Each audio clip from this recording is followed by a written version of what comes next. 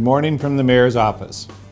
It's been a great last few weeks in Fargo, with many of our departments continuing to do new and innovative things to advance the interests of our citizens. Fargo hosted the North Dakota League of Cities annual conference last week, which brought together elected leaders from across the state, along with administrators and city employees. Encouraging this collaboration across the state cities, both rural and urban, is mutually advantageous for all of us and helps to advance the entire state of North Dakota. I'm always proud to host the city conferences in our city, and I was especially proud to host this meeting.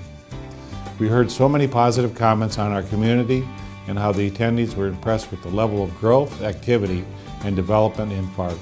Also last week, the North Dakota Planning Association held its annual conference in Fargo.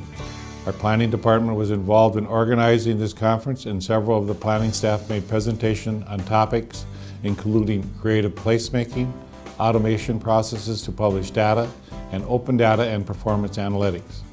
City Commissioner Tony Grinberg was the opening keynote speaker, another great honor for Fargo. Many of you are wondering the status of permanent flood protection following the recent federal court ruling by Judge Thunheim. We all know too well that this is an area and its people have faced flooding challenges countless times during the last century. This is an issue that is bigger than Fargo or Cass County, and that is why I'm encouraged through the recent conversations between North Dakota Governor Doug Burgum and Minnesota Governor Mark Dayton. I'll remain hopeful that the recent actions of the two governors will help us to attain the ultimate project needed to protect the greater Fargo-Moorhead metro area.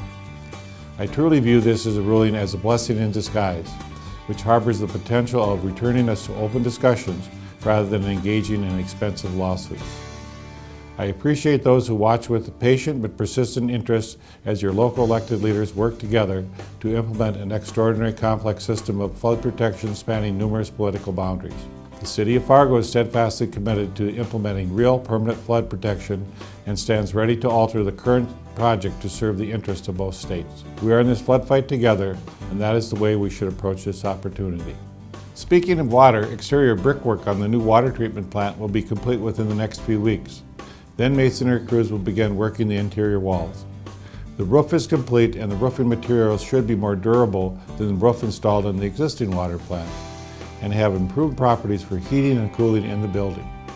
The building also should be ready for heating to allow for winter work and process of equipment to commence. Also, the Fargo Public Library has kicked off an 8-week strategic planning survey titled Your Voice, Your Future at Your Fargo Public Library, which is meant to gather input on what Fargo residents want in regards to future library services and resources.